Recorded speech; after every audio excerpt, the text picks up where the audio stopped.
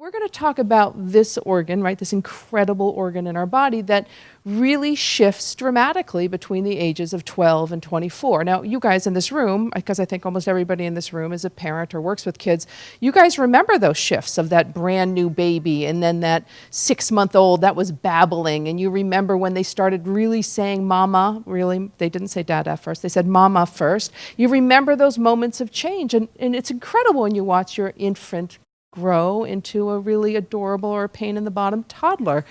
And you see these shifts. And then when you think they're all done, but of course you know that they're not done, because during adolescence and during the ages of some of these kids that are sitting in that row right over there, really extraordinary things are happening. And we need to acknowledge that, and we need to be aware of it, because we want to celebrate it, we want to enforce positive things, but we also want to know that we're all more vulnerable at this age. So 3 very specific things happen during adolescence, and I try not to rank order them, but the synaptic refinement is huge, and it really only happens at this stage. So we have billions of synapses or impulses racing through our brain, and it is a hot, tangled mess at the age of 12. No one needs tens of billions of these. You need to prune it back. So between 12 and 24, the brain is getting rid of stuff because it needs to get rid of stuff.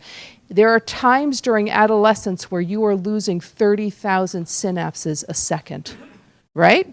It would be so awesome if your kid was not smoking weed and playing, Fortnite in the basement while that was happening, because that's probably not synapses that you meant to lose, right? What you really want is your kid to be pruning back those synapses when they're out playing soccer right now in the field, right? Dodging the goose poop that's everywhere, because those soccer players out there are having an awesome time. The little kids are having an awesome time. The big kids are having an awesome time, and that's a really healthy behavior, being physically active outside, engaged with other people. So this synaptic refinement is incredibly important. If it doesn't happen, you end up with a really unhealthy brain. The second thing that happens at this stage is myelination, or ensheathing rapid pathways in the brain so you make good, fast decisions. And again, this happens twice. It happens starting around age 7, but it happens again around age 12 on up. So these kids of ours are spectacular, and their brains are totally normal, because this adolescent brain is all about pushing the envelope. It is a brain that is saying, where's my floor, where's my ceiling, I want nothing there. It's trying to sort out, what does it need to hold on to, what does it need to get rid of. These brains are challenging to parent, right? They are challenging to parent. I have 2 teenagers. I have a 14 and a 16-year-old. They're sitting at home right now. I know they're eating Cheerios. I know they're not cleaning up the kitchen. I know they're on the screen. Hopefully somebody's doing some homework. But I know I'm in this, right? I got the same group that you guys have. These brains tend to have more impulsive decision-making, less planning, less pre-planning, a lot more sensation-seeking or desire for physical activity. There's never a time in your life where you're more influenced by your peers. This is known as a time where you are hypersensitive to exclusion. And I want everybody to pause on this thought. When you were in 2nd grade and you were sitting by yourself, a 2nd grader in the cafeteria, you were eating your bologna sandwich and making a little hat out of paper napkin, and you didn't care. You didn't care in 2nd grade. And when you were 24 and you're sitting by yourself at work, you're like, whatever, I'm eating my salad, I'm reading the New York Times on my phone, it's all good. But when you're 14 years old and you're by yourself in the cafeteria, every eye in that cafeteria is on you. Every eye is wondering what's wrong with you. Must have been what you wore, your bad haircut, the stupid thing you said in class before. All you can think about is that you don't fit in. Because again, this is a time of hypersensitivity to exclusion, and it is why kids are desperate to fit in with their peers. And it's why they will make sometimes terrible decisions in order to fit in with their peers. That's just the way it is in adolescence. So it's hard. It's hard to parent that, because you just want to, who in this room would go back and relive high school, middle school?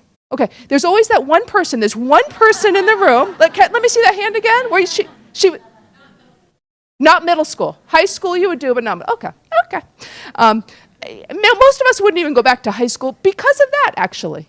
Because we actually felt like we weren't fitting in, like we weren't pretty enough, we weren't smart enough, we weren't athletic enough, we were too smart, we were too much of a jock. Like, name what it was, and it wasn't going to work, right? People didn't like you no matter what you were. You felt targeted all the time. Even if you were the most popular kid, it didn't feel good, right? Even the mean girls don't feel good. It feels terrible. So This defines what this adolescent brain looks like. There's nothing wrong with it. It's normal. We just have to work with what it is, right? And help sort of guide our kids and help hope that they become young adults someday and leave our house and are successful in whatever it is they want to do. Emotions are felt very intensely, huge emotional spectrum. I was in the parking lot and my daughter texted me screaming text, the screaming text you get from your kids. And then I was like, I can't respond to this. So I called her and then she screamed at me with her voice and then she hung up on me. And literally like we'd had a really nice exchange 7 seconds earlier. And in between, I'm not even sure what I did wrong, right? But then I just hung up the phone. I said, okay, yeah, it's okay. She's 16 years old. There's nothing I'm going to do to change where she is right now. She'll tell me tomorrow morning that she loves me, maybe, or maybe not, and it's okay. You got to let it roll off your back at this age, right? So I just added this slide because I think it's a kind of an interesting thought. It's helped me understand it. This is the teenage brain. I am not who you think I am. I'm not who I think I am. I am who I think you think I am, right? That's how it feels to be a teenager, and that is a dreadful way to feel. And if anybody in this room who's an adult still feels that way, first of all, I don't want you to feel that way. I want you to feel better than that. But I tell you, we need to work. We need to work with you because you don't have self-love, you don't have self-compassion, and we need to build you back up again because that's dreadful. That is dreadful, but that defines adolescence right there. So this brain of our teenagers is extraordinary and doing great work, but because of this developmental stage it is in, it is very susceptible to developing addictive behaviors, right? All addiction starts while the brain is developing. And this is the cover of National Geographic 1 year ago and 1 month. So it was in September of 2017. It was entitled The Neurobiology of Addiction. It talks about how the brain gets hijacked when exposed to addictive substances. So before you go give your talk next week, you're going to Google it, and there's some video associated with it, and you're going to read the article because I'm going to tell you a story that's really easy to understand. I acknowledge it's a more complicated group of pathways that get disrupted. So the part of the brain that breaks with addiction is the reward circuit of the brain, the happy part of the brain that says, wow, what you're doing is good behavior and it's going to keep you alive longer, because it is this very deep, ancient reward circuit of the brain that every single living creature on the planet has, whether you're a cricket or a koala or you're a human being. We all have the same thing deep in our brain that says finding food, finding water, and finding a mate is your purpose to be on this planet, right? Most of us don't think this way, but it is the reason we exist here. And at the end of the day, with the zombie apocalypse, we will come back to this baseline level. How do I survive long enough to keep the next generation or two ahead of me surviving, right? And that is what your ancestors did. And in fact, your ancestors were awesome. They did great because you exist, right? Some other people's ancestors weren't so good because they don't exist, right? So this is a critical part of the brain that tells you to survive. And it is this part of the brain that breaks with addiction, right? This is the reason why preventing addiction and the work that is done by the New Canaan Cares Coalition is so critical. Because preventing the disease of addiction is so much easier to do than actually treating it. It is a hard disease to treat. I treat it every single day. Every single day. For the last 18 years I've been a doctor. I've taken care of people who have substance use. And it's really challenging. And some people get better and some people don't. So the chemical that is racing through the reward circuit of the brain is one that everybody in this room could talk to me about. And that's dopamine, right? It's your happy chemical. It's your joy chemical. It is the holy smokes, that was awesome, do it again chemical in the brain. And we all have behaviors that we participate in that give us dopamine, that make us happy. Shout them out. What are things you guys do that give you dopamine? What was that? You psych. This is a specific exercise. She bikes, she gets on a bike, she gets a dopamine spike. What do the other people do? You eat candy. Yes, sugar is a super addictive substance that gives us dopamine. I can't tell you how much sugar is in my car right now, a huge amount, because it takes 3 hours to get here and 3 hours to get home, and it makes me happy and it keeps me awake. Got it. Yeah, what else? Social media. So feeling like you connect to other human beings through social media, right? I think social media is actually most screen engagement gives you a spike of dopamine. It is one of the reasons why screen can be addictive. Right? Because you get a spike. Every time somebody gives you a like on whatever it is you posted, you get a little tiny spike in your dopamine because someone says, you did good today. That was a good thing. You got a tiny pat on the back. It's a very rewarding thing. So associated with dopamine in the brain is fine motor skills. That's why people who struggle with nicotine specifically, as an example, will say, I miss uncrinkling that cellophane from the package. I miss tapping down the box, removing the cigarette, lighting the match. Like, I miss all of that. Because what they really miss is the motion of the fingers in the mouth. And why everybody in treatment needs to keep their fingers really, really busy. And most of us who are on the treatment side aren't keeping our people's fingers busy enough. We should be beading and crocheting and doing basket weaving everywhere because it keeps your fingers occupied, right? Which helps decrease some of the cravings in the brain. There are two behaviors associated with dopamine in the brain, and one is called compulsion, and the other one is perseveration. I cannot stop thinking about this, and I have to do this thing. I have to do this thing. Right? Those two behaviors, when it comes to survival, finding food, finding water, and finding a mate, are awesome behaviors. Being compulsive is the reason you guys are here. Your great-great-great-grandmother was a perseverator. Lucky you. You needed her to be that way. You needed the last thought before going to bed is, how am I going to find enough clean drinking water and calories to keep them alive? Because 200 years ago, right, in this part of Connecticut or anywhere in this country, it was really hard to live. That's just 200 years ago. It was super hard. I'm reading George Washington's biography right now, and it's great. Ron Chernow's Washington. Other people have read it. But anyway, Revolutionary War, we nearly lost multiple times, and our soldiers were starving. They were living on nothing because there was no food available. Because that's what our lives were like 200 years ago. I stopped at the gas station on the way down here. There were 18 billion calories at checkout, right? We have no shortage of calories in our life. That's actually a health problem for most of us. But my point is that this behavior of compulsion and perseveration is what keeps us alive. It is those two behaviors that help define addiction. Compulsive and perseverating people struggle with addiction, and it's so frustrating to take care of them. So who in this room is in the medical field or therapy field and takes care of people with addiction? Sometimes you get a little bit mad, a little frustrated, like, dude, you were here last week struggling with alcohol. I just saw you and you need to get better. And I always take a breath and remind myself about compulsive perseverating behavior, and it allows me to say, yeah, this is what defines why they do what they do. So I make an argument that we all have a certain amount of dopamine in our system, and I say here it's 100 units. There's no way to measure this. You are not going to call your GP tomorrow and get a serum dopamine because they'll laugh at you and mock you a little bit. There's no way to measure how much dopamine, but some of us have high dopamine. We feel good all the time. We're those happy-go-lucky golden retrievers. My best friend is this. Her dopamine at baseline is 110. That's just who she is. My baseline dopamine isn't 100. My baseline dopamine is actually on the low side. I would argue I'm at like an 85 or 90. Right? And some of us live there too. What do? I exercise. I have to have a lot of exercise in order to feel good most days. And if I don't get it, and my kids say this to me, you are so crabby, have you gotten any exercise today? I came here a little early, I walked around your beautiful track, right? Beautiful track. So thanks, New Canaan, for paying for that. It was lovely. So there's a variation of dopamine, maybe between 85 and 108 or so. But this is the problem with the way things work in our brain. If our normal set point of dopamine is about 100, and you find food that's going to keep your family alive for a while longer, or you're going to go have a big sugar fix, you get a spike in dopamine. It goes to 150, and then it goes back to normal. You have sex, it's consensual, your dopamine spikes to 200, and then it goes back to normal, because those behaviors are consistent with survival, okay? And for 200,000 years that we have been on this planet in this human form, your brain knows what those levels are. 85, 150, 200 on a good night, awesome.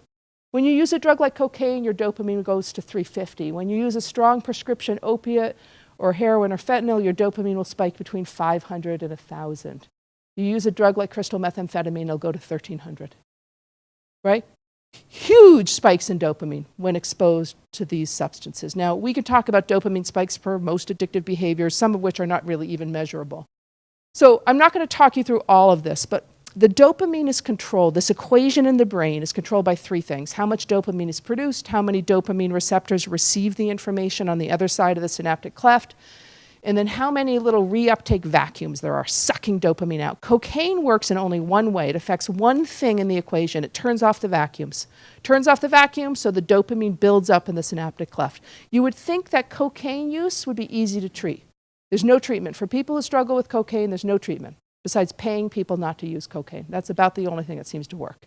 So, but it should be easy to treat because it's only one thing that breaks, but it isn't. Opiates are different. They work through a negative feedback loop through the opiate receptor to the GABA receptor. At the end of the day, opiates make more dopamine. They throw more dopamine out there. Now, we can do this pathway with every addictive behavior or substance. At the end of the day, it ends up in dopamine somewhere, and it breaks one thing in that, or two things in that equation. So this is the problem, is that when your brain is used to 150 or 200 on a great night, and it starts seeing spikes of dopamine to 350, 500, 1300, your brain's response to that is, oh my gosh, something is wrong. There's something wrong that's giving me a dopamine this high. I got to turn down the volume. I need to down regulate because this is not normal. There's nothing in evolution that told me this was okay.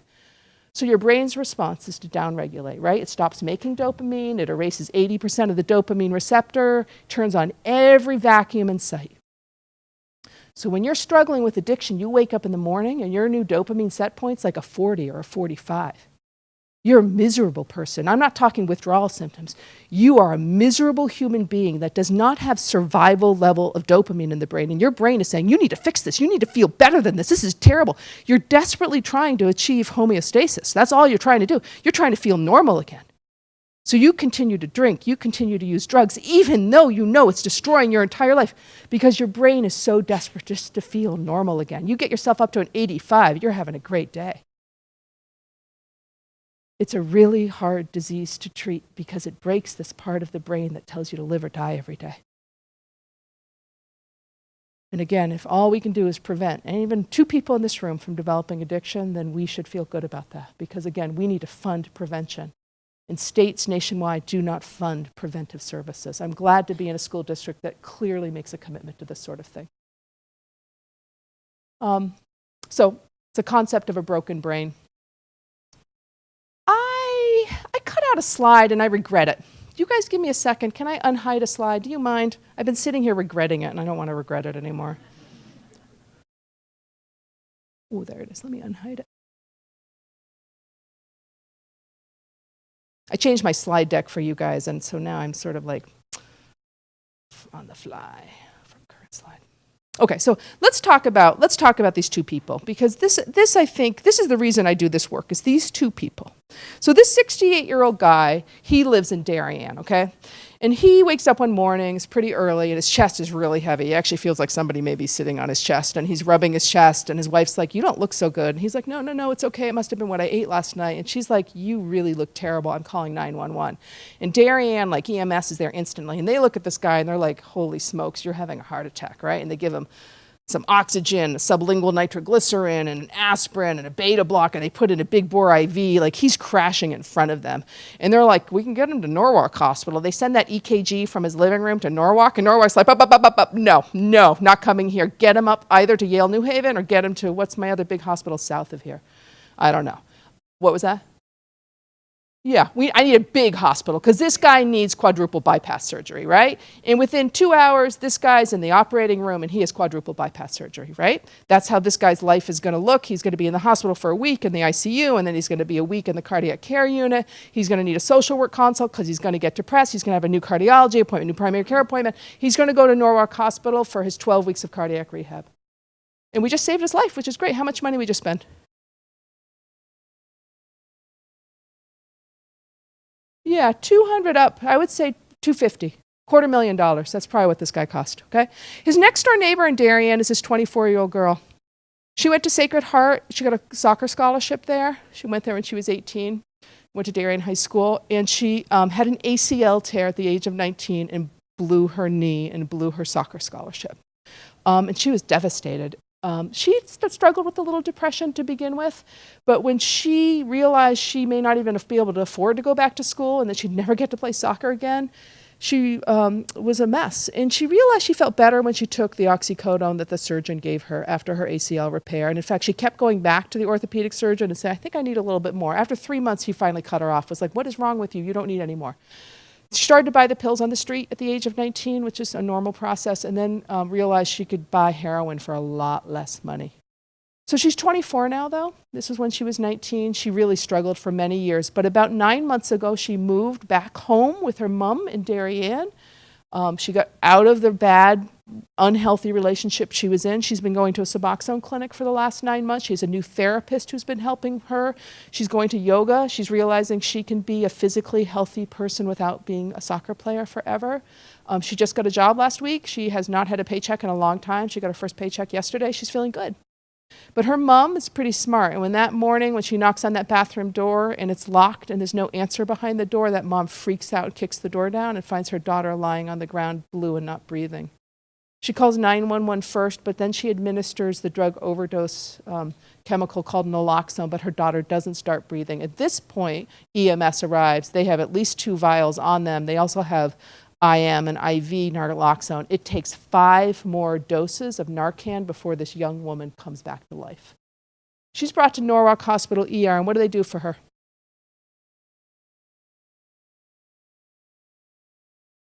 Paul, can I ask you, what do they do for her in Norwalk Hospital? Yeah, they give her a tri-fold brochure with a bunch of numbers, right? She's vomiting, she's acute diarrhea, she feels terrible, she's embarrassed and ashamed. Just call these numbers, bye-bye, see ya. That's what that's, I'm not putting Norwalk under a bus, guys. This is every emergency room in the entire country. Name the hospital, it happens there. Let me tell you more about my 68-year-old guy, her neighbor, right? The guy who just had the massive anterior wall MI. He smokes a half a pack of cigarettes a day. He's cut down. He was at about 2 packs a day. He's been slowly weaning off. He kicks back a 12-pack of beer every day. He goes to McDonald's at least 3 times a week. He'd go more if his wife wasn't going to kill him for it. Does this guy have addiction? What's he addicted to? Nicotine? Alcohol? Fat, chemicals, sugar, whatever's in all that stuff he eats, right? He's totally addicted to all that stuff. Did he create his heart attack? I would say absolutely yes, he did, right? The number 1 killer in our country is tobacco. The number 2 killer in our country is lack of exercise and poor nutrition. Number 3 is alcohol. He partakes in all 3.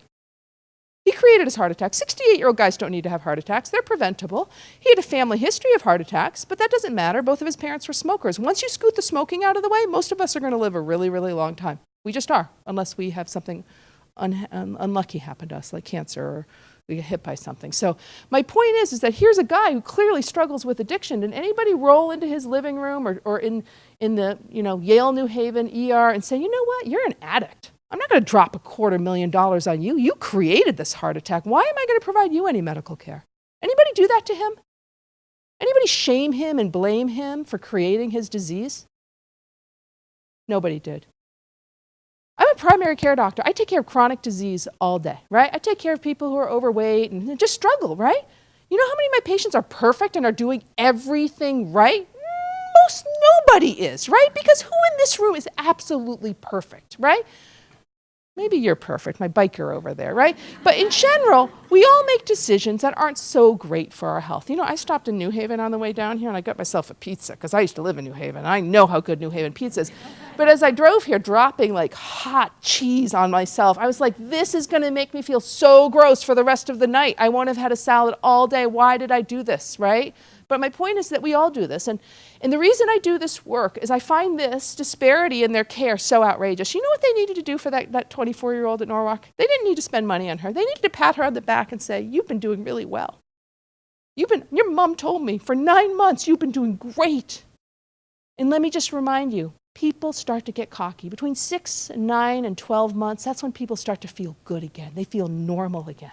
Their life is back on track, and they think they can just dip in a toe. They just think, just once I can do this, and there's no just once. There's no just once that's safe anymore, because it really is going to kill you, right? And they could say that to her, how proud they are of her, how well she's doing, that likely she needs more support right now, and that paycheck, probably she can't control her own money. Right? I told you, she just got a job. She got paid yesterday. Many people newly in recovery, money in their pocket is burning a hole. Maybe her mom needs to manage her money for a while. That's the conversation. It was a 10-minute nursing conversation. That's all it took, right? Not to have her feel like a piece of dirt. You think she doesn't already feel like a piece of dirt? You know who hates themselves more than anybody else? People who struggle with addiction. The number one thing that's hard to do is rebuild a sense of a self-esteem and self-love. So again, no money needed to be spent on her to provide her good medical care. But this doesn't happen anywhere. And I find it outrageous. Okay, thanks for letting me show you that slide because that one matters to me a lot. Okay, let's talk again. Brain, chemistry, PET scans. That middle brain, totally healthy brains. All that orange is dopamine. Those brains on the right are people who struggle with addiction. The top one is cocaine. You don't see any dopamine.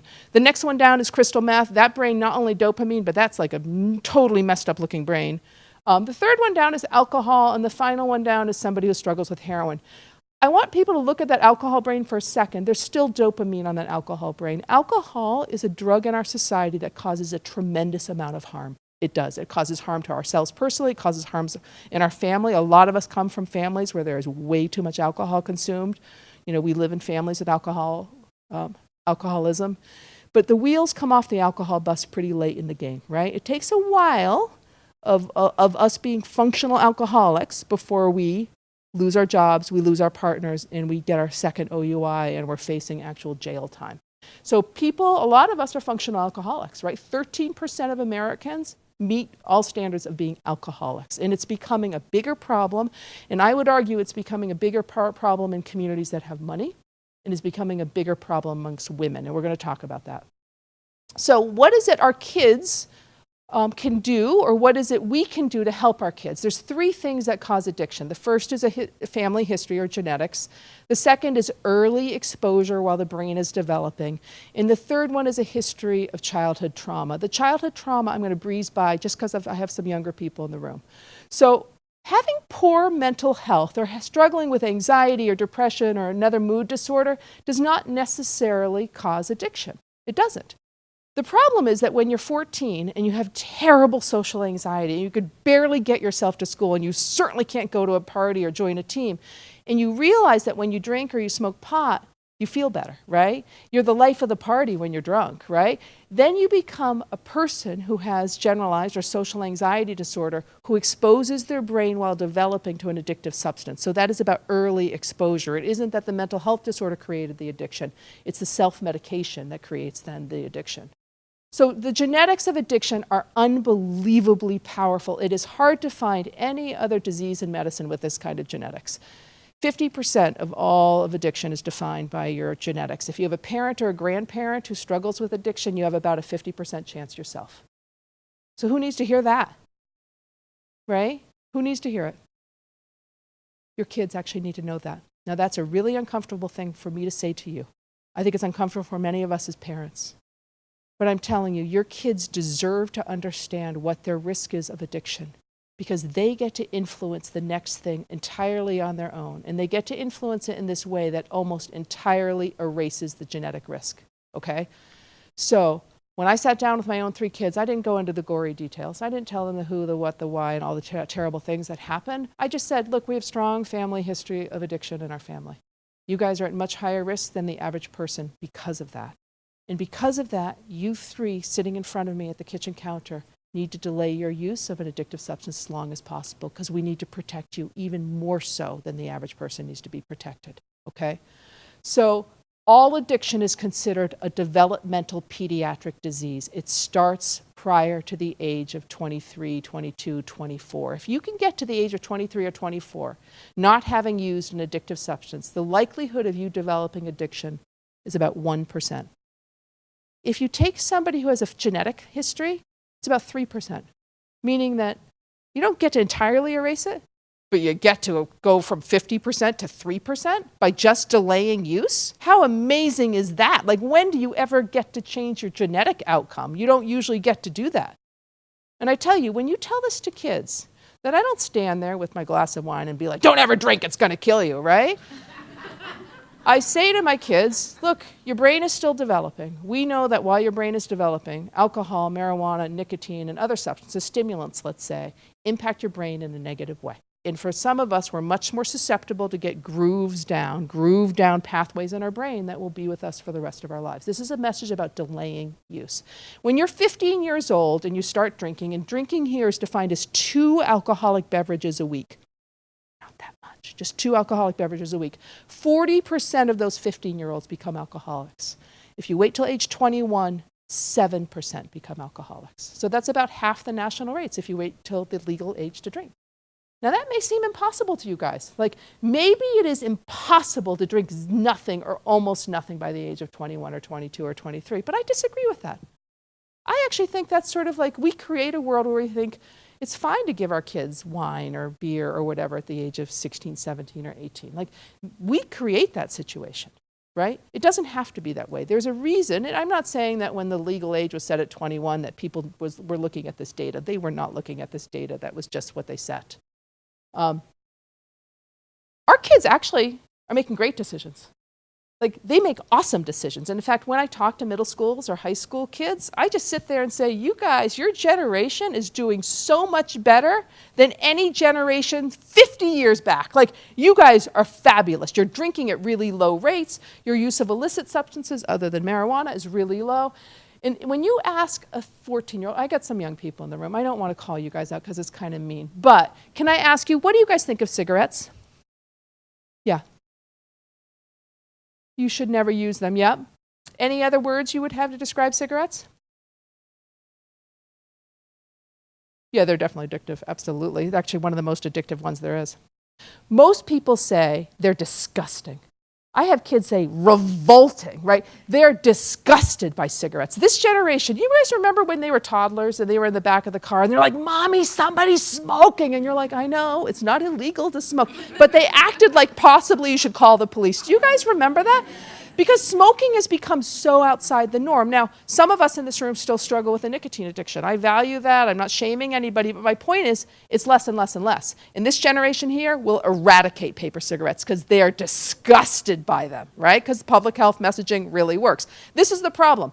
Their sense of harm with cigarettes is super high. Their use is low. Sense of harm with marijuana is super low. So what do our kids say about pot? Anything, good or bad, I don't care. Yeah, it's natural, it's organic, it grows in the ground, it's better than the pharmaceuticals. It's no big deal. Everybody's doing it. What else? It's not addictive. This gateway drug model is bogus Reagan era anti-drug talk. What was the other one? Yes, they will make it legal, not legal in Connecticut, but it is legal in Massachusetts, right across the border, right? There's lots of states now, or I think 11, maybe, and it's increasing where it is legal. What else?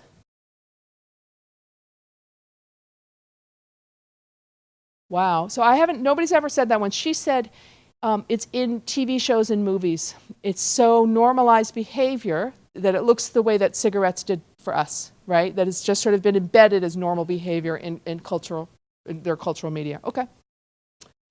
It cures my disease. It helps me sleep. It helps me with my anxiety. It's medicine. It helps people. When I've done this talk in high school sometimes, kids in the back of the room will be like, it cures cancer. It's, you should go off your seizure meds because it fixes it. And I'm like, oh my God, I'm going to have a nervous breakdown when I hear things like that, okay? So at this stage, as the sense of harm with pot is super low, the use has gone way up. And there's 3 things that happen while your brain is developing. I only covered 2 of the 3. The third thing is the final dopamine receptors get laid down in the outer shell of the brain. The outer cortex of the brain is where all the dopamine final receptors get laid, which is why all addiction is a developmental disease, because you guys understand what all addictive behaviors and substances do to the dopamine system. There's a receptor that gets activated at this time called anandamide. We are not positive about anandamide. I went to Yale. Yale's a real neuroscience school. We had some great neuroscience teachers. And I went back and I was like, I don't remember that neurotransmitter. Did I sleep during that class? I couldn't remember it. I went back and looked. It wasn't there because it got discovered after I graduated. But anandamide, we think that part of its job is to figure out the synaptic pruning, what gets clipped and what gets kept. The problem with anandamide is that it is a naturally occurring neuroendocannabinoid. It is the mirror image to THC, or the psychoactive cannabinoid in marijuana. Your brain can't tell those 2 things apart. So here I have this neuroreceptor in the brain that does this incredibly important thing while your kid's brain is developing, and then all of a sudden THC gets introduced to the brain, and it's like using a sledgehammer instead of a scalpel to determine what gets kept and what gets clipped in your kid's brain. What happens with marijuana to somebody over the age of 25 in the privacy of their own home? I don't personally really care. I did not vote for it in Massachusetts. I think it's the tobacco industry in disguise. But as long as you're not getting on my roads or operating on my knee or babysitting my kids, what you do over the age of 25, that's on you, right? I don't think it's worse than alcohol. Under the age of 25, I consider this a neurotoxic drug. And what troubles me is the chasm between what the kids think and what the science thinks, okay? That is a big space right there. And until we get a little closer together on this, I think we're going to be in trouble. Okay, it's been a while since we had, maybe somebody can come up with an example where the chasm is this big. I don't know what it is. Think about it. If you come up with one, let me know, okay? So here I have, again, THC, mirror image, disrupting how the brain develops. So we know it has an impact on attention, verbal learning, memory, processing speed, and that sticks around even when you're not high. This is this very famous study from New Zealand, which is a 30-year study. It follows people from teenagehood all the way up to age 40. And I'm going to compare the two extremes just to make the point, okay? So the gray line on the top of 3 different bar graphs are kids who used marijuana 0 times between the ages of 14 and 21. I'm going to compare them to the red category, the other extreme, kids who used marijuana 400 times or more between the ages of 14 and 21. So that's in a span of 7 years. 400 times of pot use in 7 years. That's actually not that much. Quite honestly, it's a couple times a week, once a week. Like, it's fairly light use by today's standards, right? There's a lot of heavy daily users of marijuana these days. 2 comparisons, okay. So going to college and graduating by age 25, 36% of the kids who never used pot graduated from college by the age of 25. 2% of the kids who used marijuana 400 times or more graduated from college by the age of 25. Unemployment rate by the age of 25. Unemployment for kids who never used it, 21%. 52% of the kids who used marijuana 400 times or more were unemployed. That, for me, is a kid living in my basement at the age of 27. I don't want them. I like my kids. I want them gone. I want them to go to school. I want them to pay their taxes. I want them to walk their own dog, right? That, for me, is successful parenting, is when my kids launch and leave me and maybe come back and visit sometimes. I don't want them living with me. This is my concern, okay? This stuff. Now, the problem with every single study that we have on pot is, first of all, it doesn't happen in this country because it's a Schedule I drug and you can't use federal funds to study Schedule I drugs, is that it was all using the old marijuana with a THC level, the psychoactive make you high component, of 3% or less. Because prior to 1995, that's all we had, was marijuana with a THC of 3% or less. Now, there's nothing grown in a field anywhere in this country that's anywhere less than 9% THC, but it goes up to as high as 18% THC in the field, and they're making it more and more potent, grown in the backyard in my neighborhood. Then what we do is it gets concentrated into hash oil and earwax and butter and shatter, and this stuff is sitting between 50 and 80% THC. So who in this room thinks that using a 60% THC product is going to give you a healthier brain? Right? Like, I can't even compare. This is like Tylenol to fentanyl. Like, the comparison between these 2 drugs, they're totally different drugs. So when kids say, your generation smoked pot, you turned out fine, I'm telling you, this is not the same chemical. This is a completely intentionally altered chemical. And my worry is that what we know about the old stuff is it's bad for the brain. What we don't know about this stuff is, I guarantee you, it's really bad for the brain.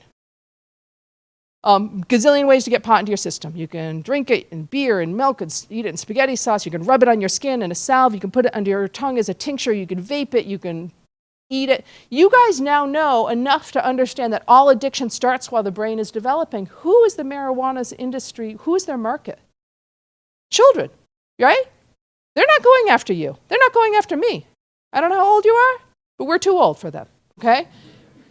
They're not going to make an addict out of me. But they're going to go after our kids because their job is they have to addict this next generation. This next generation who is saying, who's beeping? Is that me? It may be me. I don't care if it's somebody else. I'm just worried if I'm the one who's beeping. I apologize if it's me. But what bothers me is that this generation will say no more to Joe Camel and the Marlboro Man, but this industry, right, is all basically funded by tobacco and people looking to make money. They will have been taken by the marijuana industry, whose intention is to addict them, which is why all the products you see in Colorado look like this. They are edible candies, look-alike things. Every one of those candy bars has between 50 and 90% THC, and each of those candy bars has 12 servings of marijuana in it, right? They're intended for you to take a Kit Kat bar and break it into 12 pieces and eat 1 piece and put 11 pieces back into a baggie, which no one will ever do, right? in a million years. So they're intended to make you super high and, in fact, likely psychotic, right? So I am living in a world in Massachusetts where I will be welcoming in the psychotic young people into the ER because they're off the walls crazy. And what am I going to do with them? We're just going to strap them down to a bed, right? We'll increase everybody's wait time. Like, it's not going to be a pleasant thing in Massachusetts. The first stores just have been licensed. The first 2 stores are in Western Mass where I live. They open in 2 weeks. And you will be seeing those products. Maybe not this far south, but Hartford will get it. So is marijuana addictive? We used to say nicotine was the most addictive substance. That's what we used to say. And we used to say the old marijuana at 3% THC was pretty low in comparison. It was 9% addictive. But when you start when you're a teenager, the addiction rates go up to 17%. And when you use today's pot, it's between 30 and 50% addictive, which means it's more addictive than nicotine, right? So please don't let anybody tell you this is all good all the time. It's going to cure grandma's cancer. Please don't buy into that, right? We're getting sold a bill of goods, and I want Connecticut to fight hard on this thing getting legalized here, because from a legislative standpoint, they're all about the money. They think they're going to get tax revenue. I'm telling you, whatever tax revenue you get is going to be spent threefold in terms of people getting addicted, people in car accidents, kids failing in school. It just will harm society. So educate people. Slide deck. You're going to take the slide deck. You're going to go give this talk, okay? Okay, so last year was the first time that we saw marijuana outpace nicotine with teenagers. Last year. That's when we see it outpace. And yeah, we're going to talk about it. We're going to get there. I'm not going to leave you on my juuling, okay? So let's talk about alcohol for a minute, because I'm not going to deny the harm that alcohol does to society. Kids will say pot is better than alcohol. You guys didn't mention that. I didn't mention to you. They always compare those two. And I never say to them, I think alcohol is that good. I drink in tremendous moderation, partly because I take care of people with alcoholism all day, every day, and it has an impact on me now. But 1/3 of us in this country drink absolutely zero. We never drink. And 1/3 of us drink just a tiny bit, like a drink a week, a couple drinks a month, very light drinking. And the final 1/3 of us drink it all. We drink everything in the liquor store, just 1/3 of us. The final decile, the final 10% of us drink on average 10 drinks a day. 10 drinks, okay? So now most of those people aren't here because they're drinking already. To get 10 drinks in, at 10 minutes of 8, you had to start, okay? But people act like that's a big number, but it doesn't take much to get to 10 drinks. So who worked as a bartender in this room? In an average cocktail, if 1.5 ounces of hard liquor is considered a drink, how many drinks might be in a single cocktail? Yeah. Okay, probably 3. Most cocktails have at least 2 or 3 drinks in them. So that's what a drink is, okay? A beer is a 12-ounce beer at 5%. I drink a hoppy beer at 7.5%, right? Sometimes it comes in a 16-ounce can. Done. That's like a drink in 3/4. So you got to do your math. This is what a glass of wine is. It is 5 ounces of wine. So every day I talk to my patients and I say, tell me about your relationship to alcohol. And my women say, oh, I have a couple drinks a night. I'm like, oh yeah, what are you drinking? I drink wine. Well, how much are you pouring? I pour a normal size wine glass. Right? Because we all have these giant goblets that can go in the dishwasher that are really thick, mason jars on a stem, whatever it is, and we glug, glug, glug, glug. And I say to my loves, I say, you need to measure what you're pouring, because 5 ounces is a glass of wine, and my guess is you're maybe pouring 10 or 12. And if you're doing that, you're really having 2 or 3 drinks with every one of your 1 glasses, and you told me you drank a couple, so you just got yourself to 6. And I need you to ask yourself, what's that about? Why are you drinking like that? Why did you need 6 glasses of wine tonight? Because so often we walk in the door, and I'm talking as a working mom to other women in this room, right? Our lives are really hard, right? A lot of us are up at 5 and we're doing laundry and we're walking the dog and we're checking the schedule or we're making sure the kids' stuff got done and who's doing what and when. And I will go home tonight, I'll get home at midnight, breakfast dishes will still be there, right? And there'll be 14 pieces of paper on the counter that I needed to sign, and my daughter will still be mad at me and have left some lovely hate letter from me, and I'll have to fix this problem that I didn't fix for her. Like, my night will continue because that's what working women's lives are like, right? Super complicated. And we often walk in the door after a terrible day and we think we deserve a glass of wine. We need something to calm us down. We need something to transition us from that to something different. We self-medicate. And that's what your kids see. They see you walk in after a tough day at work and the first thing they watch you do is to uncork a bottle of wine or flip the top of a beer can. The message you send to your kids is that when you're stressed out, when you're overwhelmed, that drinking is the way to solve that. That's the message your kids see. And if more of us walked in the door and said, man, I've had a hard day, I'm going to go for a walk. The dog and I are going to go for a walk. Anybody want to come with me? Want to come? I have some John Kabat-Zinn on my phone right now. I'm going to go sit down. I'm going to go do a 10-minute mindfulness meditation exercise in the living room. Anybody want to join me on that? What if we as adults did more modeling of not turning to alcohol? What if we actually had adult parties where alcohol wasn't even present? Can you imagine that? Right? Very few times that adults have parties without alcohol. I'm telling you, try it sometime.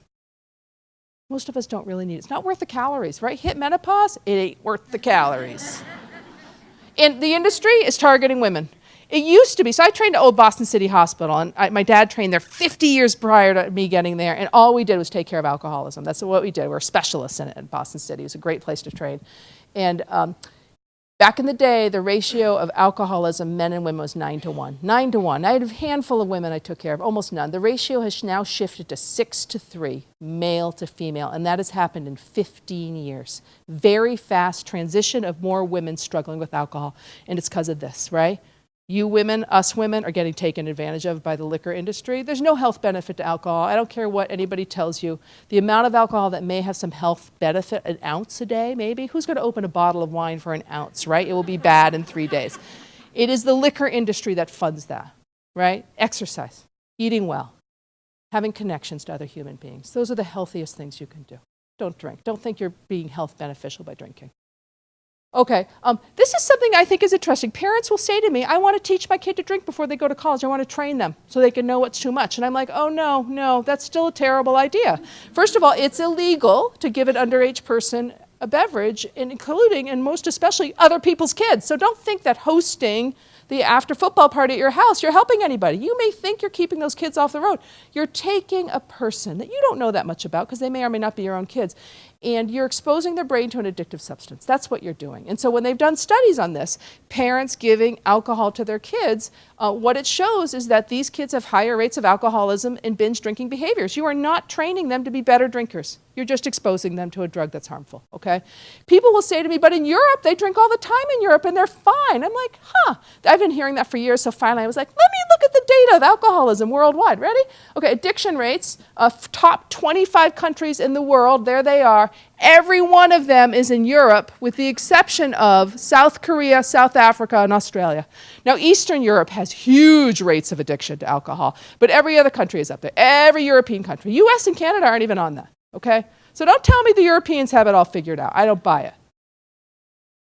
Okay, I'm going to skim this because of who I have in the room, but the third component to who might struggle with addiction is a person who's escaping psychologic trauma. Okay, because there's no faster way to numb up pain from having had grown up in a lot of hardship than to drink or to drug. People turn to it because they're escaping the very deep internal pain that they cannot tolerate. This is what we know. And if you're not addressing the trauma that people have experienced who struggle with addiction, you're not really getting at the real problem. So how do we know this stuff? There's a great study called the ACE study. Who knows the ACE study in the room? Great, that's a high number for a room. But what's amazing is how few people know it, because this thing is absolutely critical. So this is a study out of Kaiser San Diego that asks 10 questions to adults about their childhood. I usually read the questions. I'm not going to read the questions, but about every horrible thing that might have happened to a child growing up. They ask these questions. And what they realize is that when you do this survey of these 10 questions, and everybody's going to get this slide deck, you can go home and Google it all if you want, that if you score out of a scale of 0 to 10, a 6 or higher on this survey about how you were treated growing up in your house, if you score a 6 or higher, you just shave 20 years off your life. You just cut your life expectancy by 20 years. You have a much higher rate of asthma, COPD, heart attacks. Name the chronic condition, this predicts for it. It's the best predictor we know of who's going to struggle with addiction. That's what I will say. And I use the ACE score in my office all the time to help me figure out why it is I'm not able to help this person enough. It usually means I'm missing something. And when I pull this thing out and I realize, holy smokes, I've really been missing something, it's often the first time that person has ever described this to anybody, right? And what do they need? They need somebody who's really good at doing trauma treatment, right? And that's different than just talk therapy. And for people in this room that work with kids who already are therapists or work with addiction, you need to know who your trauma therapists are locally. You've got to figure out who those people are, because they're going to be your biggest resource. So 3 things that will predispose our kids to addiction: genetics, childhood trauma, and early exposure. And what my message is to you guys is talk to your kids. Just talk to your kids. And the message is delay your use. Talking to a 10th grader, horses out of the barn, the average age of first use of a substance is 12, 13, or 14. Okay? That's a 5th grade conversation. That's really what it is. And you don't have to go into lots of extensive details, but our 6th graders are vaping nicotine. They are vaping nicotine. So that's a 6th grader, so it'd be good to talk to them in 5th grade. So let's talk about it. Alcohol use, the lowest we've ever seen. Cigarettes are so low that they're going to disappear. Illicit drugs is flat and creeping up, but that's because marijuana is still on the illicit drug list. But this is about the only spike you see in tobacco is e-cigarettes, right? And what do kids say about e-cigarettes? What do they tell you? What'd you say? They say they're harmless. Do they actually say they're healthy, like they're health benefit? Yeah, better than smoking, but harmless. They'll say, it's just water vapor and flavor. There's nothing in there. You're crazy, Mom. My kid said that to me. I couldn't believe it. But so kids use this stuff and they think it is harmless. And when we do surveys, it's a huge number of kids. It's about 1/3 of all kids are vaping right now. Like big, bad, scary number. Now, I'm not saying every day, but in the last 30 days is what the surveys are showing. And what I'll say, it tends to be communities that have some affluence. You need money to vape. You do. You can't, this stuff isn't free. It's actually expensive. So your community is not immune from this problem. I guarantee you. Does anybody think you have vaping going on in the middle school and the high school? Right. Who's in the school in this room, like a teacher or something? Are you finding vape pens? Say it again. Your parents. Anybody work in the school? Do you find vape pens? You know they're using it. Is anybody in charge of the finding of them? No. Yeah, you are? But 50? Yeah. And that kid was they were selling them. Yeah, 50, they were making some money. Yeah, so let's talk about how you get this stuff. First of all, let's just talk about this. Let me go in and then we'll talk about how you access it. So this is what the kids say. It's just water vapor and flavor. But when we do studies on really what's in this stuff, there's a study that came out just 9 months ago, and it evaluated only American-made e-cigarettes, not the 90% of the market that comes from China, which is 90% of the market from China. We just looked at the stuff in the U.S., all labeled 0 milligrams of nicotine. What percent of it had nicotine in it? 90. Only 90% had nicotine in it, right? So here we have an industry that is largely unregulated. Nobody checks them, right? They got a pass in the most recent administration. They said, well, we're going to give you to the year 2022 to get yourself in order. And then we'll start deciding how we're going to regulate you as the FDA. So here we have 0 milligrams of nicotine.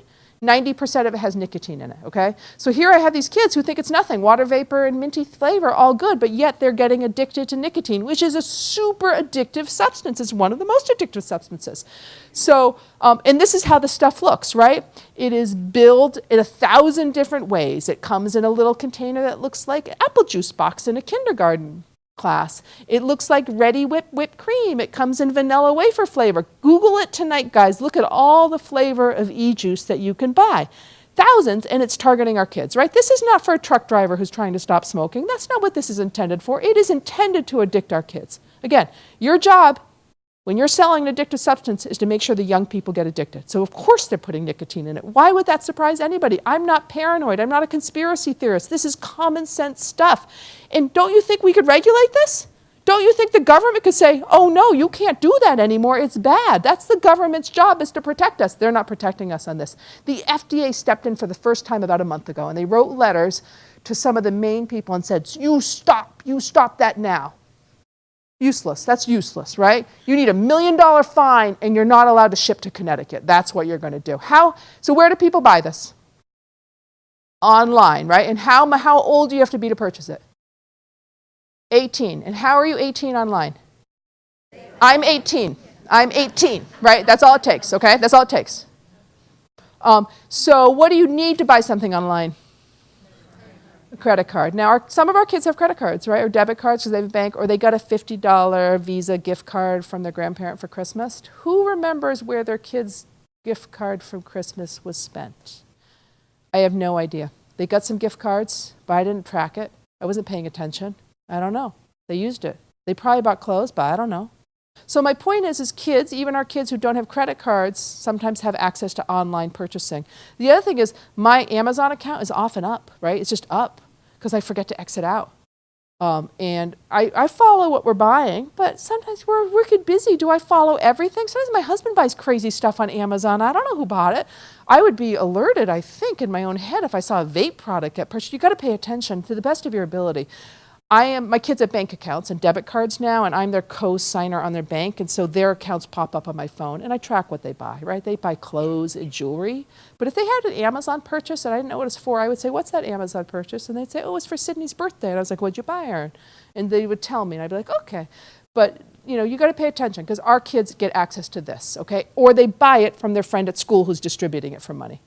The Juul cigarettes don't lie. They say, hi, we're filled with nicotine. Every one of those little tiny USB port looking things, they're tiny and they look like a USB card that is charging in your computer, because that's what they do. They're magnetic, so while it's charging in your laptop and the teacher comes by, you just swipe it like this and it sweeps underneath and it's magnetized to the bottom of the desk. I didn't look at the paper the rolls in the bathroom here, but I could have, because I used the bathroom before. I should have looked. That's often where they're hidden, is inside the toilet paper rolls. So kids can go in, their buddies know it's in the third stall in the downstairs girls' bathroom, and they can take some hits of nicotine, in the middle of class. This is the real, so that's problematic, but they also are now using THC or marijuana through these pens at school. So our kids are high at school.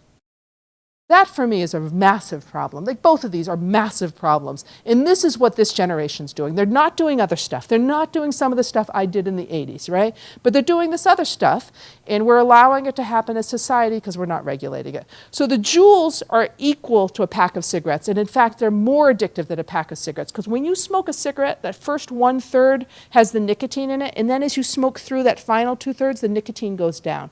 The Juuls have an even amount of nicotine all the way through the 200 puffs. So they're even more addictive. I have 15-year-olds who have to wear a nicotine patch to school to get through the day because they're addicted to nicotine.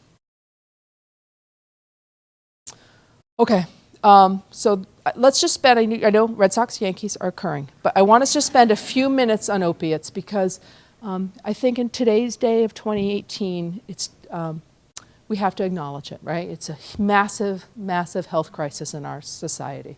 There's no doubt in my mind that pills and people like me who trained in the 1990s are at fault for creating the opiate epidemic. Pills and the overprescription of opiates for 20 years caused this. It is the root cause. There are other root causes as well, but this is one of them. When you look at this country compared to every other country in the world, we prescribe opiates like crazy, right? Do we have more pain than Canada or Norway? No, probably not. Some people would argue that we're fatter and we eat more sugar, and that does cause more pain, right? I acknowledge that, but I don't think that it gets fixed by opiate prescribing. So we overprescribed, and that created it. What we know now is more people die of drug overdose by opiates than AIDS at the peak of the AIDS epidemic, than all motor vehicle accidents, than all gun violence. Right now, it is the #1 cause of death under the age of 50, is death by an opiate. We lost more people, 72,000 people, more people than the Korean and the Vietnam War combined. That was in 1 year. So this is the country, 2003 to 2014. So this is not that recent. This is 4 years old. But the red area here is drug overdoses. And look how red the country starts to get. This is before fentanyl hits our country. Fentanyl doesn't arrive till about 2015, and routine use distributed, okay? So at this point, in New England at least, in other parts where fentanyl is really common, that map is like deep maroon, and it's the entire country. There's no place that is protected from this one. The original heavy pills coming to New England came up I-95. We used to call it Oxy Highway in the late 90s and early 2000s. There were these 600 pill mills in Florida. You didn't need any medical problem to walk in. You just need a wad of cash, and they would hand you a stack of scripts and pills. There was a whole tourist industry that would take buses down to Florida. You had your whole way paid, hotels, meals. You just had to walk into 2 clinics a day. Didn't need a limp, didn't need a diagnosis, right? And you walked out with all this stuff. And in 2009 and 2010, the federal government looked at Florida and said, you are destroying the eastern seaboard. We're cutting you off. No federal funds. Get this place under control. So the DEA came in and they shut down the pill mills. Shut them all down. 34 doctors went to federal prison, right? They're still in federal prison because they weren't doctors, they were drug dealers. They weren't practicing any kind of medical care. They were handing pills to anybody who wanted them for cash. So the problem is now I have 2 million Americans addicted to opiates up and down I-95, and my supply has been cut out. What are we left with? Yeah, so here's the unintended consequence of a good action. Well, I want those pill mills shut down, right? But you're left with really cheap, pure, incredibly deadly heroin. Pills can kill you. Heroin can really kill you. We weren't prepared for this. 2012, we were not ready for this thing, and we started watching people die. And I've been with this process for 18 years as a clinician, and it got bad then. So I like this map because it describes what I just said. That bottom is 1999 to 2010. Those red states are overdose states. Once the pill mills get shut down in 2010, look how many more overdoses we have. And again, don't get me wrong, Florida needed to shut down. It's just that we needed to have been prepared, and we were not prepared at all for what happened. 2015 is when we start to see fentanyl come. That's when synthetic opiates is. That's really what kills you, fentanyl. Fentanyl kills you because look how little, that's a penny, the little dust on the right, that's the amount of fentanyl you need to die. And how's somebody who's using heroin going to see that? How are they going to even know, right? We find fentanyl in marijuana, we find it in cocaine, we find it in everything now, right? Those bath salts, God knows what was in there, probably some kind of fentanyl, right? Fewer, that New Haven thing that happened this summer with the manufactured bath salt drugs, they didn't find fentanyl there, but clearly there was a chemical there that was bad for people. So county by county map of this country, those dark counties are places where you can still, people in those counties, there's a bottle to a bottle and a half per person of opiate in those counties. So we still have heavily prescribed opiates in certain parts of the country. And when those counties get sort of medicated, Medicare saying no more opiates, they will convert to heroin. Because once you shut down the pill mill, you're left with a really deadly drug. You want those counties to be prepared. You want them to have clinicians who know what they're doing. You want them to have a methadone clinic. You want treatment to be available. That's not the way it works, though. So how do our kids get opiates? Thank God, the opiate problem amongst our adolescents has really gone down, down, down. Mainly because the number one place kids used to get opiates was from us, in our house, in our medicine cabinet. We kept bottles of stuff and left it in some cabinet in the kitchen.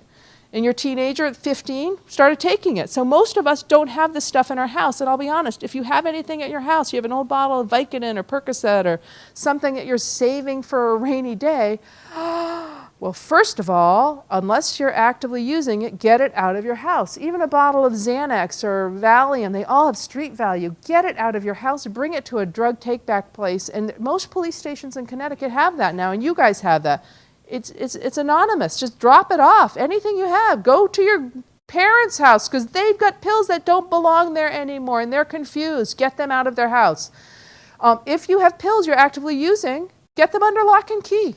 Right? They should be under lock and key. So where do our kids get exposed to opiates? When they're injured, right? When they're injured. If your kid has cancer and they're in pain, you give them opiates. You don't ask any questions. But if your kid has an injury or their tonsils get removed or they have wisdom teeth out or they have a knee injury, the question you ask the clinician is, how can I help my child with their pain without exposing or limiting their exposure to opiates? That's the only question. And then they'll stand there and they'll pause and hopefully they won't stare too much, and then they'll give you an answer. They'll say, well, we could try to, add Tylenol plus Motrin. I'll use a long-acting bupivacaine, and we'll do a nerve block. They'll come up with a strategy. But your job as an adult is to limit the exposure to opiates as much as possible, because this is a developing brain, right? Anybody ever been high on opiates in the room besides me? Come on, right? You get high on it? Awesome stuff. And I don't abuse drugs, but I had a root canal, and I was training for a marathon. And the guy was like, I got 10 miles, I got to run today. And he was like, you're going to be in pain. I was like, I'll be fine. I took a Vicodin and I ran through 3 states, New Hampshire, Vermont, Massachusetts. I ran 7 miles that day. It was a 10-mile run. 27 miles later, I was like, man, that was the best run of my life. And it wasn't until I hit my house, I was like, I'm high as a kite. In that moment, I was 35 at the time, I thought, wow, I like this stuff, and it's a reason I can't use it. I'm the kind of person who looks at my doctor and says, don't prescribe that for me. I get high as a kite, not good for me. But that was a 35-year-old brain talking, right? That wasn't me when I was 15 and anxious and depressed. I'm glad I didn't get exposed to it then. If you love somebody who struggles with addiction, if you take care of people, you work in an office where there's a lot of addiction, you need to have Narcan available to you. It's no big deal. It's a nasal spray. It looks like Flonase. I have it here, just like a little squirt up the nose. You can go anywhere online, go to Get Naloxone now. It'll tell you how to recognize somebody who's overdosing, how to use it. This is available at any pharmacy without a prescription. That's true in Connecticut too, right? Any pharmacy without a prescription, and it runs under your insurance. You just walk in, you say, I need some Narcan. They shouldn't ask you why you need it. It's none of their business, okay? I carry it on me all the time because I'm a first responder person. Schools have it? Okay.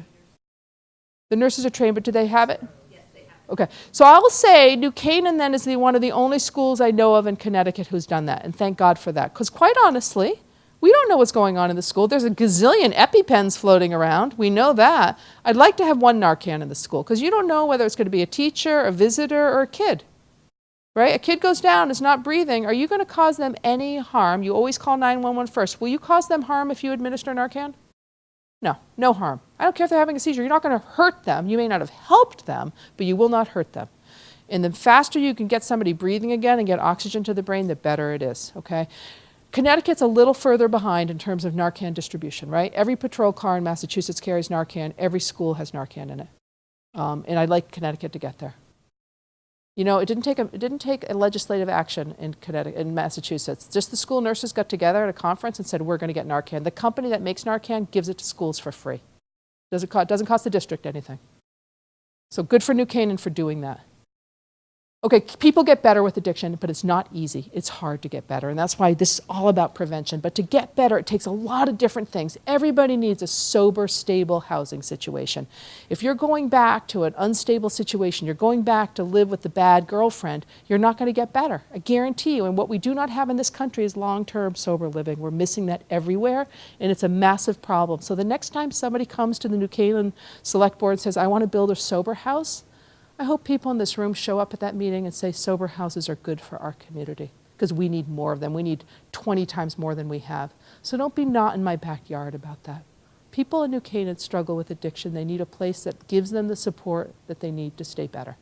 I'm a big believer in medicine, whether it's naltrexone, methadone, buprenorphine, I don't care what it is. If it helps people stay alive, I'm on board with it. And I've been a prescriber of those medicines for a long time.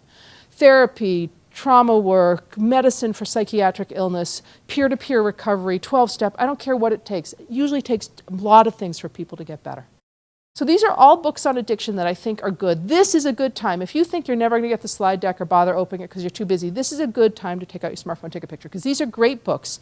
If you came here and thought, wow, I learned a little bit, I'm all done, that's fine. If you thought, I learned a little bit, I want to learn more, any one of these books would be good.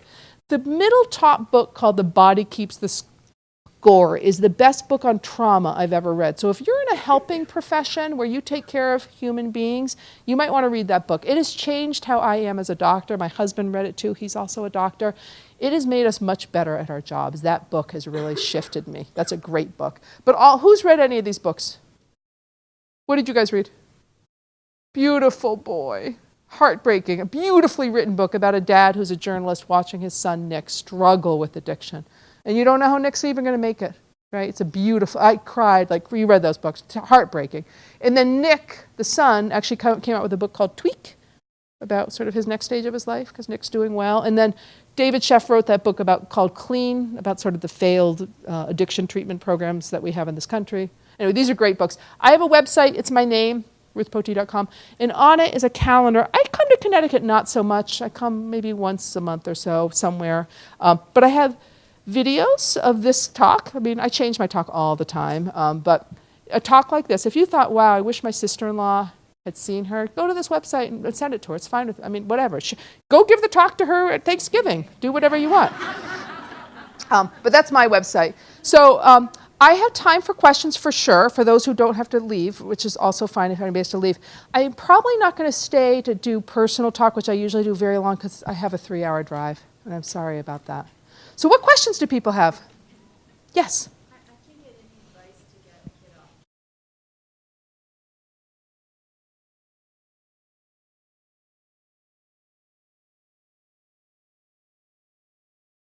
off. Raided them, R-A-I-D-E-D. Yeah, they're really mad at Juul. Juul's really addictive. To get yourself off of Juul, you have to be weaned off of it the way you'd have to get off cigarettes. So it's a step-down approach. Yeah, yep, patches and gum, and And you know, with the patch and with the gum and with the smoking things, you go down in milligrams, 4 milligram, 2 milligram. The patches are 21, 14, and 7. Yeah, that's what it takes to get off. Most pediatricians are like, I've never written for a nicotine patch in my life. And I'm like, I know, it's no big deal to do it, right? They're over the counter nicotine patches. They get covered by insurance. Yeah. Now, Juul, I hate these companies, right? I'd torch them all if I could. I imagine they have some stepped-down version of their product too, but I don't know that actually. Yeah, no, the FDA is ticked at Juul. They understand how addictive their substance is and that they really have targeted kids, for sure. But they will continue to thrive. Of all the companies, that one I think is going to continue to do well. So your kid has a very strong nicotine addiction, and it's real. And what I also don't want is for them to turn to paper cigarettes, because that's what the industry wants. The industry is sad to have lost that market, and they are backdooring our kids into that market. So yeah, patch and a step down with gum on the in-between. And people who've never used nicotine gum, you chew it, you release the nicotine, then you park it on the side of your mouth. It doesn't taste great. Then when you need it again, you chew it, then you park it. But also remember, there's, you know, the kid, they're missing something with fingers and mouth too, with the Juul. So it's complicated. The good news is you have a kid who started at a younger age but hasn't been at it for 20 years, right? And has a neuroplastic changing brain that will get better. But the sooner we get them unaddicted from nicotine, the better. Yes. Oh, 2 questions. Let me do you and then you. Yeah.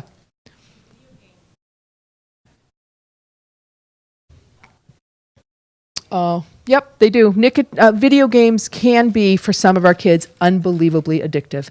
And they exhibit the addictive behaviors that are worrisome to us. They have compulsive use. They have to do it. They have cravings, the thing they think about all the time. They have continued use despite harm. I told you can't play that video game, or I'm going to take it away, and you're not going to get to do this thing. They don't care, right? That's continued use despite harm. And there's a final C in the addiction. So it's absolutely an addictive behavior for some of our kids. Now, some of our kids use video games appropriately and can limit the use, right? But for some kids, it is absolutely addictive. And we have seen PET scans. I went to an entire conference by a guy from Connecticut this is his specialty, on video game addiction. And he had PET scan after PET scan of watching the dopamine break in the brain, and it breaks in a similar way. Yes, it is. Yeah, it is. Right. No, I don't. So that's going to be a complicated thing, because now what you've done is you've entered into a very strong negative relationship with your kids. So the problem with addiction is you and I presume there's control. But the problem is there isn't control. There's no control. It's a loss of control. So the notion of reducing use is really hard to do. So there are, in Connecticut, and I'll Google it and maybe send it if you don't already know what it is. I'll come up with his name if I think hard enough. Excellent. That's exactly who it is. And where is he? He's out of Hartford. Did you guys hear that? David Greenfield. And he does just video game and screen addiction work. He has an inpatient program. His whole therapy is based on that. He's a PhD, and this is his specialty. And luckily, he's really close by. That's exactly who it is. And he has a whole institute. And I found his website really helpful, if anybody else has been there. He's speaking next week in Trumbull. Awesome, fabulous. And I've never seen him speak to this kind of audience, but he's a very good speaker. So there's great communication. Thank you. Yeah?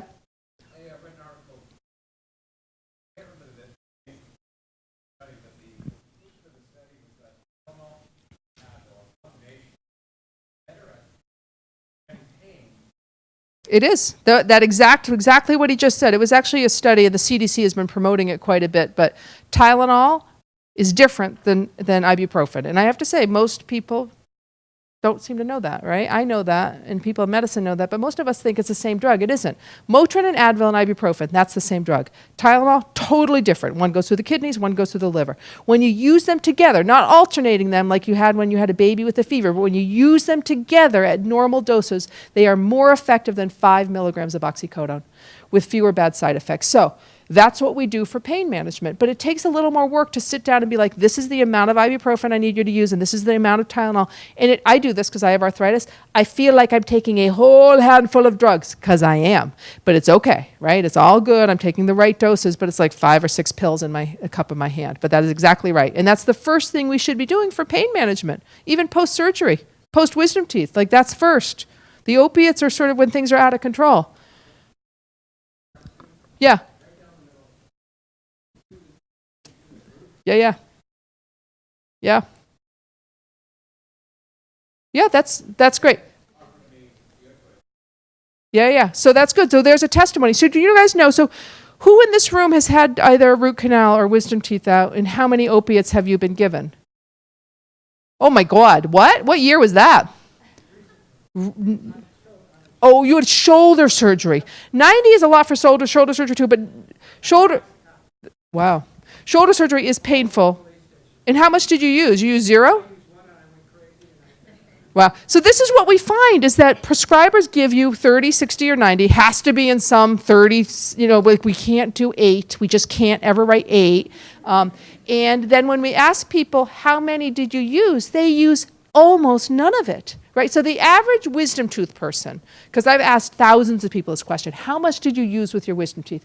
Average use is 0, 2, 4. The most I've ever heard is 6, the most. One time from the back of the room, a guy said, I used 60. And I was like, man, that went badly. And he said, but I'm an addict. And I was like, got it, right? Right there, got it. So 6. Your daughter gets her wisdom teeth out, the most you ask for is 6. And most of them you're going to end up bringing to the police station. And you're going to administer the medicine. Kids cannot control their own medicines. They just can't. They shouldn't control their own medicine. Any other questions? You guys have been so nice. Thanks for having me here. I really appreciate it.